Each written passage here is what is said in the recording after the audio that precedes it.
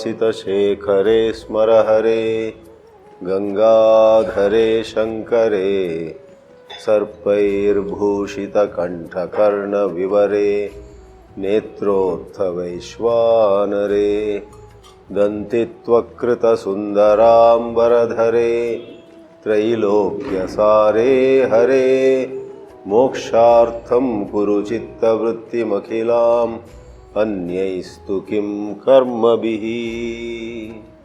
त्रैवेद्यं हृद्यं त्रिपुरहरमाद्यं त्रिनयनं जटाभारोदारं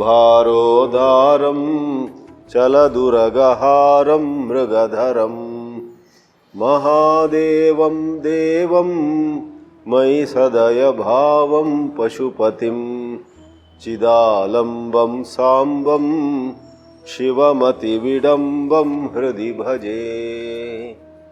ಓಂ ನಮಃ ಶಿವಾಯ. ಓಂ ನಮಃ ಶಿವಾಯ.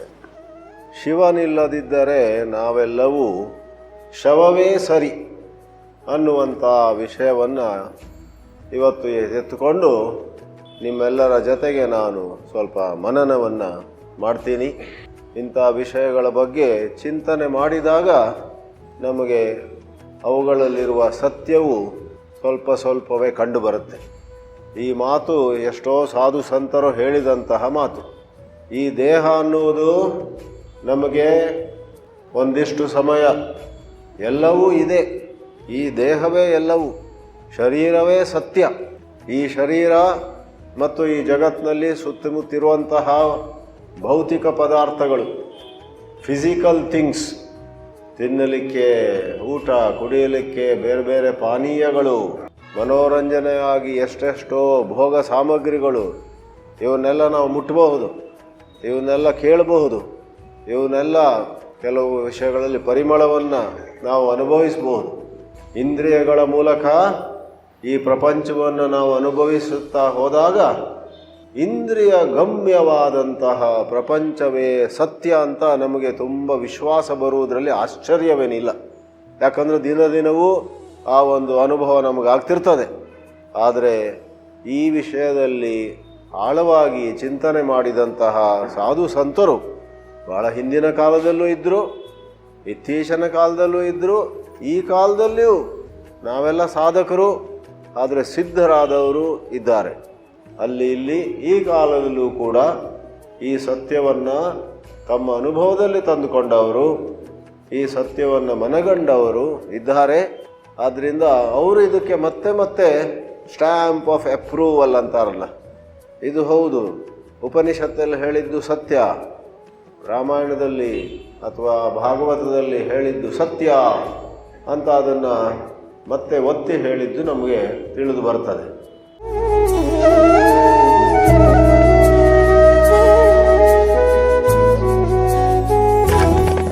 ಎಷ್ಟೋ ಮಂದಿಗೆ ಅದರಲ್ಲಿ ವಿಶ್ವಾಸ ಯಾಕೆ ಇಲ್ಲ ಅಂತ ಹೇಳಿದರೆ, ಈ ಸಾಧು ಸಂತರ ಹತ್ರ ಹೋಗಿಲ್ಲ ಅವರು ಹೆಚ್ಚು. ಪ್ರಪಂಚದಲ್ಲಿಯೇ ಪ್ರಾಪಂಚಿಕ ವಿಷಯಗಳಲ್ಲಿ ಬಹಳ ಬ್ಯುಸಿಯಾಗಿಬಿಟ್ಟು ಒಂದರ ನಂತರ ಒಂದು ಮನೆ ಕಟ್ಟಿ ನೋಡಿ ಅಂತ ಹೇಳಿದ್ರೆ ಮನೆ ಕಟ್ಟಿದ್ರು, ಮದುವೆ ಮಾಡಿ ನೋಡಿದ್ರು ಮದುವೆ ಮಾಡಿದರು.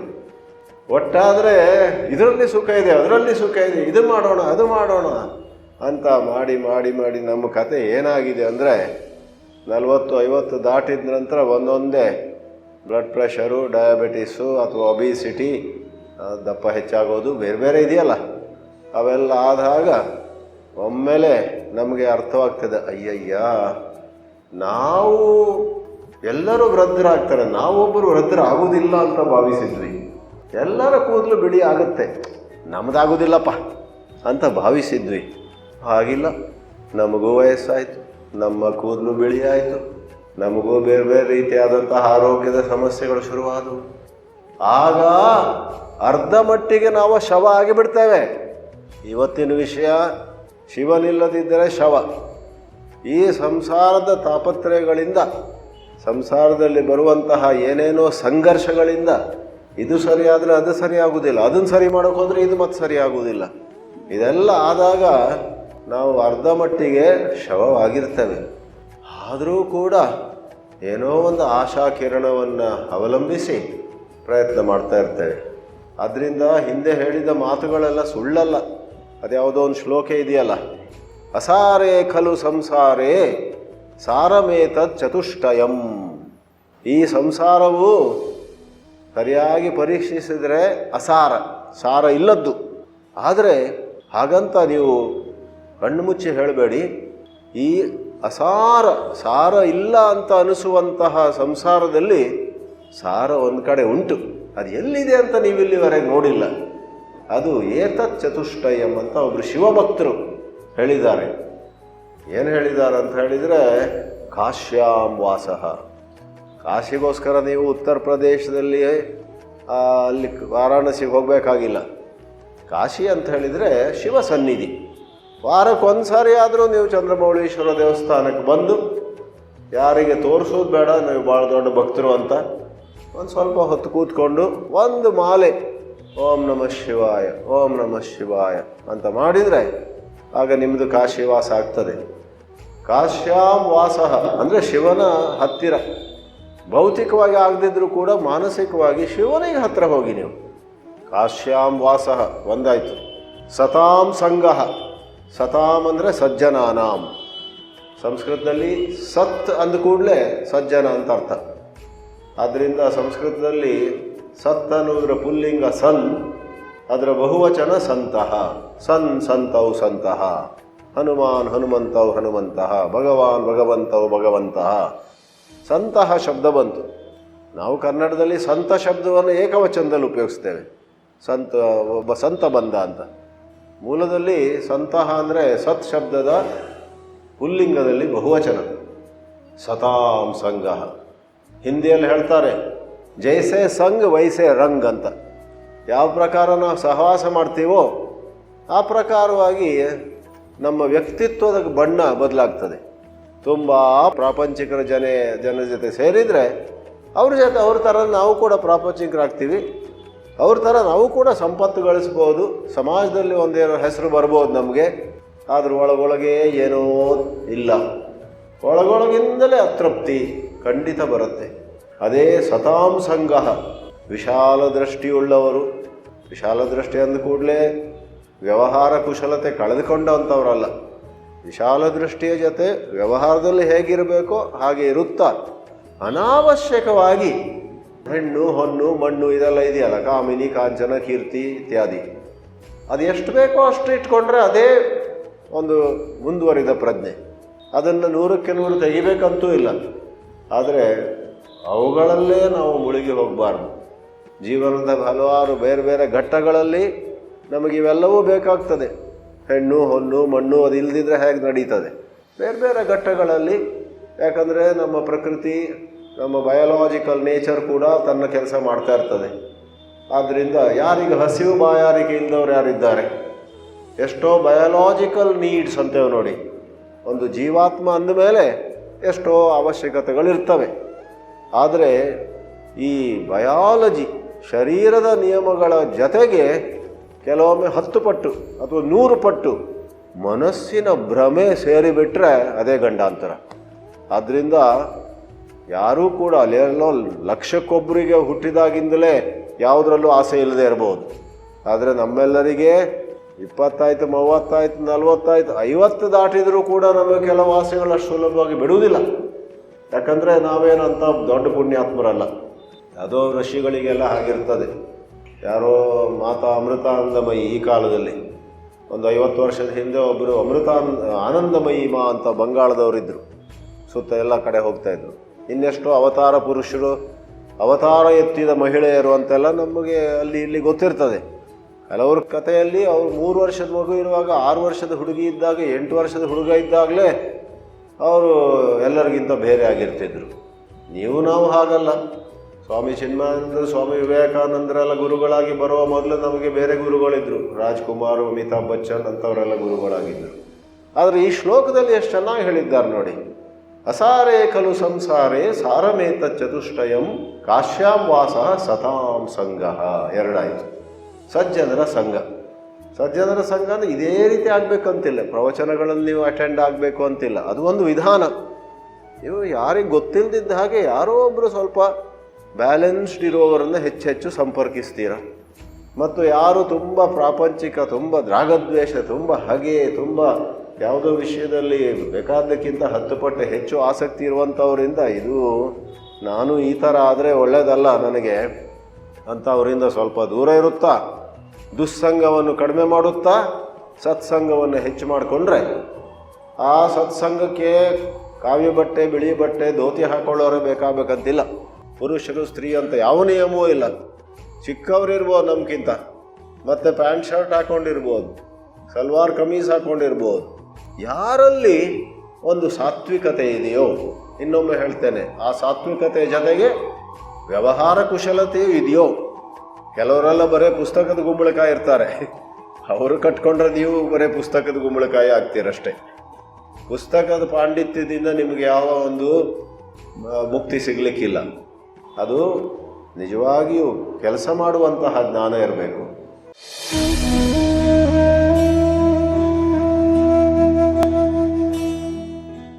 ಕಾಶ್ಯಾಂ ವಾಸಃ ಸತಾಂ ಸಂಗಃ ಗಂಗಾಂಬಃ.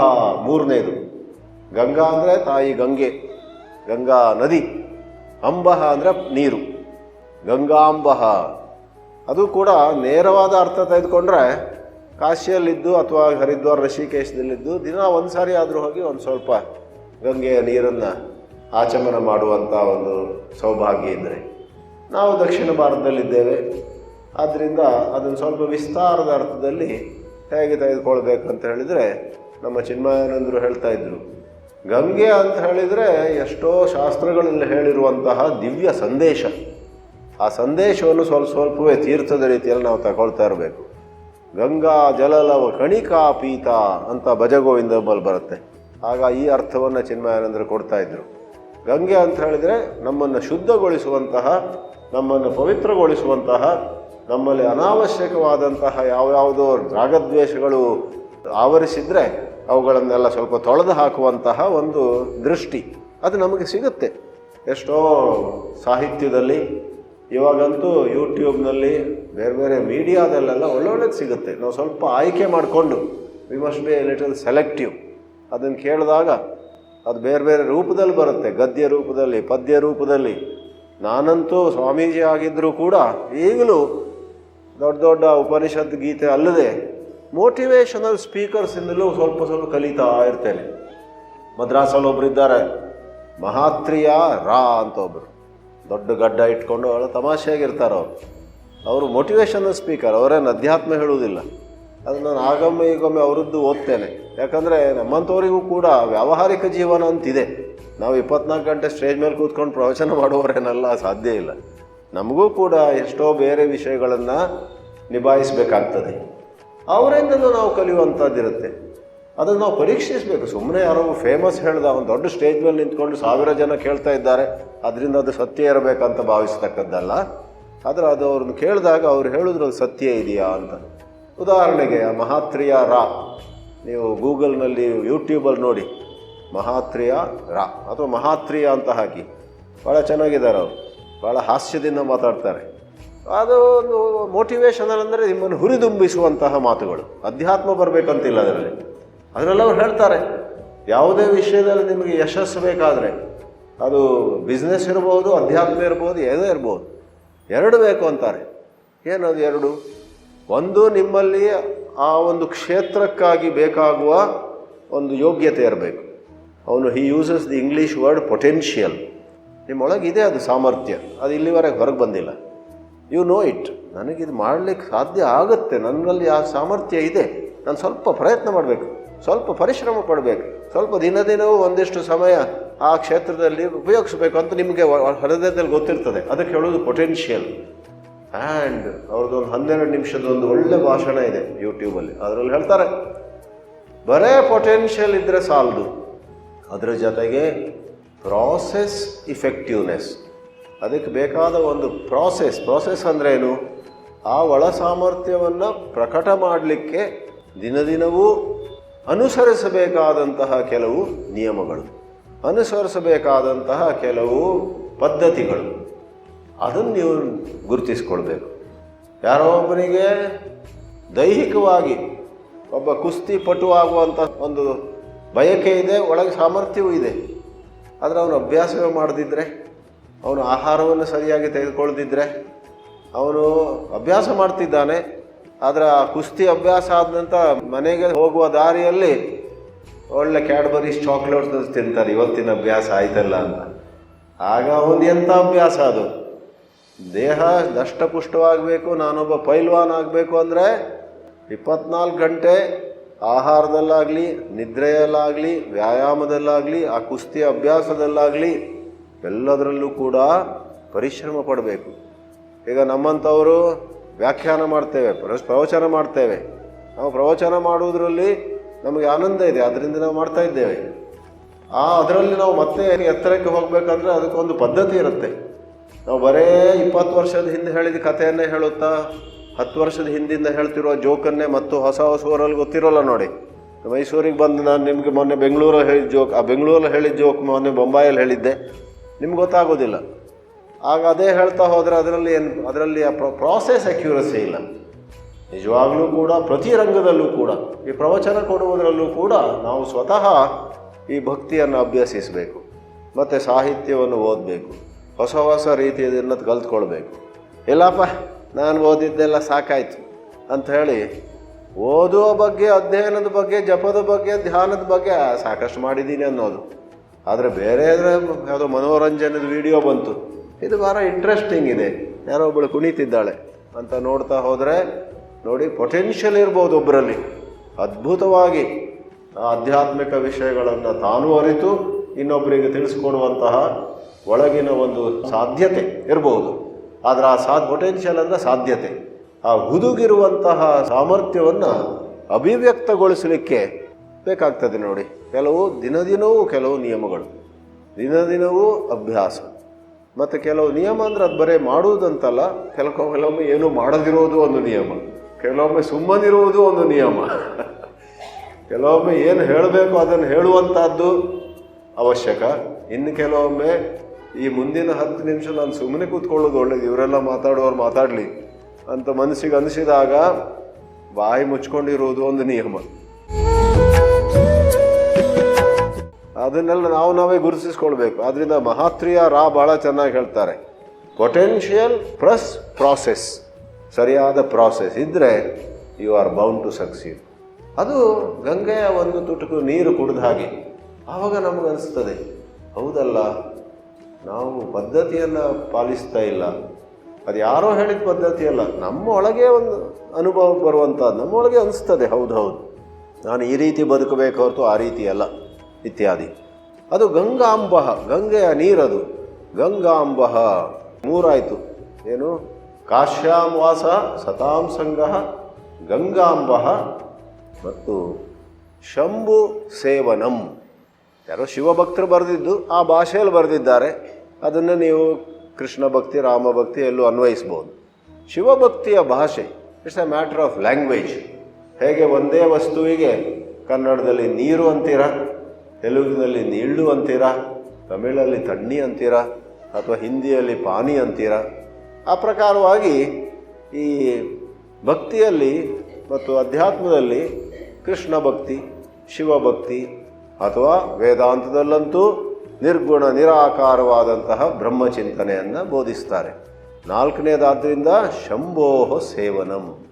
ಅಸಾರೇ ಖಲು ಸಂಸಾರೇ ಸಾರಮೇತಚ್ಚತುಷ್ಟಯಂ ಕಾಶ್ಯಾಂ ವಾಸಃ ಸತಾಂ ಸಂಗಃ ಗಂಗಾಂಬಃ ಶಂಭು ಸೇವನಂ ಅಂತ ಹೇಳಿದರು.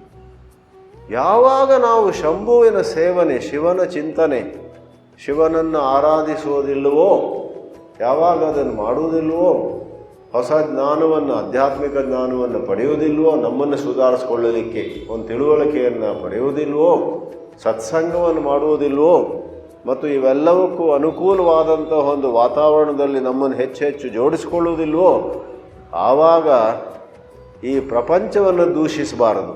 ಇದೇ ಪ್ರಪಂಚ ನಾವು ಒಳ್ಳೆಯ ರೀತಿಯಲ್ಲಿ ಬದುಕಿದರೆ ನಮಗೆ ಶಕ್ತಿ ಕೊಡ್ತಾ ಹೋಗುತ್ತೆ. ಆದರೆ 100ಕ್ಕೆ 99 ಜನ ಈ ಪ್ರಪಂಚದಲ್ಲಿ ಇದನ್ನು ಸರಿಯಾಗಿ ಉಪಯೋಗಿಸ್ಕೊಳ್ಳೋದಿಲ್ಲ. ಇದರಲ್ಲಿ ಮಾಡಬಾರದ್ದು ಮಾಡ್ತಾ ಹೋಗ್ತಾರೆ, ಮಾಡಬೇಕಾದದ್ದನ್ನು ಮಾಡೋದಿಲ್ಲ.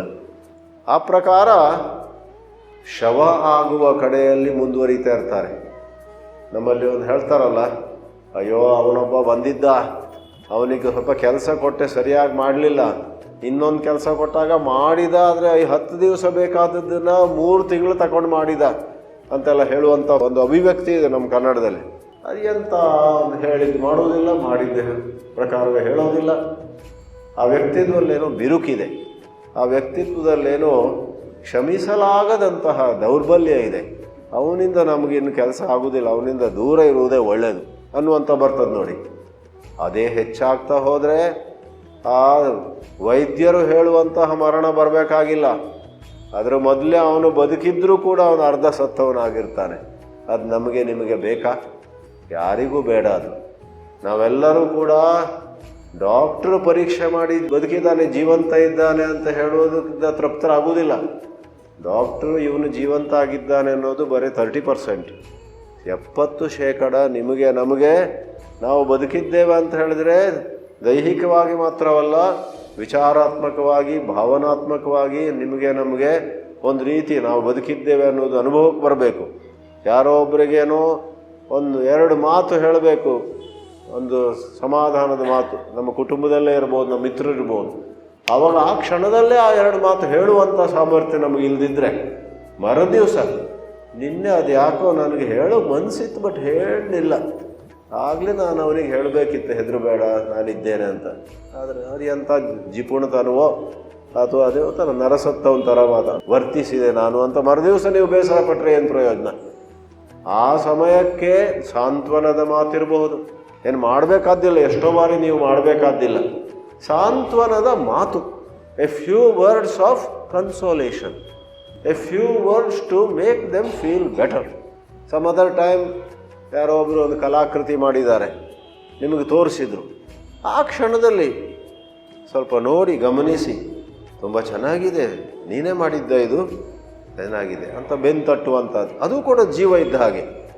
ಅದಿಲ್ಲದೆ ಏನೋ ಬೇರೆ ಆ ಸಮಯದಲ್ಲಿ ಪ್ರತಿಕ್ರಿಯೆ ಇಲ್ಲ, ಬೇಕಾದ ಪ್ರತಿಕ್ರಿಯೆ ಇಲ್ಲ. ಇತರರಿಗೋಸ್ಕರ ಆಗಲಿ ನಮಗೋಸ್ಕರವೇ ಆಗಲಿ ನಾವು ಆ ಕಾಲಕ್ಕೆ ಸರಿಯಾಗಿ, ಸಮಯಕ್ಕೆ ಸರಿಯಾಗಿ ಒಂದು ಒಳ್ಳೆಯ ರೀತಿಯಲ್ಲಿ ಪ್ರತಿಕ್ರಿಯೆ ಮಾಡದಿದ್ದರೆ ಆಗ ಅಲ್ಲಿ ಏನೋ ಹೇಳ್ತಾರಲ್ಲ, ಎಡವಟ್ಟಾಗಿದೆ, ನಮ್ಮಲ್ಲಿ ಒಳಗೇನೋ ಸರಿ ಇಲ್ಲ.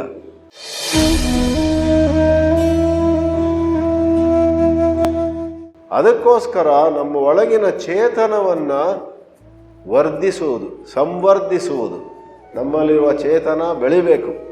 ಆ ಚೇತನ ಮತ್ತು ಈ ಶರೀರದ ಮೂಲಕ, ನಮ್ಮ ಹಾವಭಾವಗಳ ಮೂಲಕ, ನಮ್ಮ ನಡೆ ಮತ್ತು ನುಡಿಯ ಮೂಲಕ ಆ ಚೇತನ, ಎದ್ದಂತಹ ಚೇತನ ತೋರಿಸ್ಕೊಳ್ಬೇಕು. ಅದಕ್ಕೋಸ್ಕರ ನಾವು ಹೇಳ್ತಾ ಇದ್ದೇವೆ, ಶಿವನಿದ್ದರೆ ನಾವು ಶವವಾಗಿರುವುದಿಲ್ಲ, ಶಿವನಿದ್ದರೆ ನಾವು ಒಳ್ಳೆ ಚೇತನದೊಂದಿಗೆ ಒಳ್ಳೆಯ ರೀತಿಯಲ್ಲಿ ಕೊನೆ ಉಸಿರಿನವರೆಗೂ, ವಯಸ್ಸಾದ ಹಾಗೆ ನಮ್ಮ ದೈಹಿಕ ಶಕ್ತಿ ಕಡಿಮೆ ಆಗ್ತದೆ. ಎಷ್ಟೋ ಬಾರಿ ದೈಹಿಕ ಶಕ್ತಿ ಅಷ್ಟು ಬೇಕಾಗುವುದಿಲ್ಲ, ಎಷ್ಟೋ ಬಾರಿ ಅದು ಮುಖ್ಯವಲ್ಲ. ಆದರೆ ಮನಸ್ಸು ಒಳ್ಳೆಯ ಗುಣಗಳಿಂದ ಕೂಡಿರಬೇಕು. 2 ಮಾತು, ಎಷ್ಟು ಶಬ್ದ ಹೇಳಿದ್ರಿ, ಎಷ್ಟು ವಾಕ್ಯ ಹೇಳಿದ್ರಿ, ಅದು ಮುಖ್ಯವಲ್ಲ. ಆದರೆ ಹೇಳಬೇಕಾದದ್ದೊಂದು 2 ಶಬ್ದ, ಥ್ಯಾಂಕ್ ಯು. ಎಷ್ಟೋ ಬಾರಿ some other time all that is needed is I am sorry. ಆದರೆ ನಮಗೆ ಏನೋ ಆಲಸ್ಯ, ಆಮೇಲೆ ಏನೋ ಅಭಿಮಾನ, ನಾನು ಯಾಕೆ ಸಾರಿ ಹೇಳಬೇಕು, ಅವನು ನನಗೇನೆಲ್ಲ ಮಾಡಿಲ್ವಾ ಅಂತೆಲ್ಲ ಏನೋ ಒಂದು ಕುತರ್ಕ.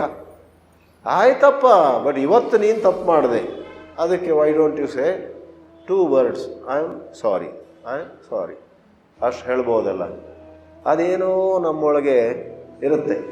ಅದನ್ನೆಲ್ಲ ಕರಗಿಸಬೇಕಾದ್ರೆ ಶಿವಭಕ್ತಿ ಬಹಳ ದೊಡ್ಡ ಸಾಧನೆ ಅಂತ ಹೇಳ್ಬೋದು. ಆದ್ದರಿಂದ ನಮ್ಮಲ್ಲಿ ಎಲ್ಲ ಊರುಗಳಲ್ಲಿಯೂ ಕೂಡ ನಮ್ಮ ಹಿರಿಯರು ದೇವಸ್ಥಾನ ಕಟ್ಟಿದ್ದಾನೆ.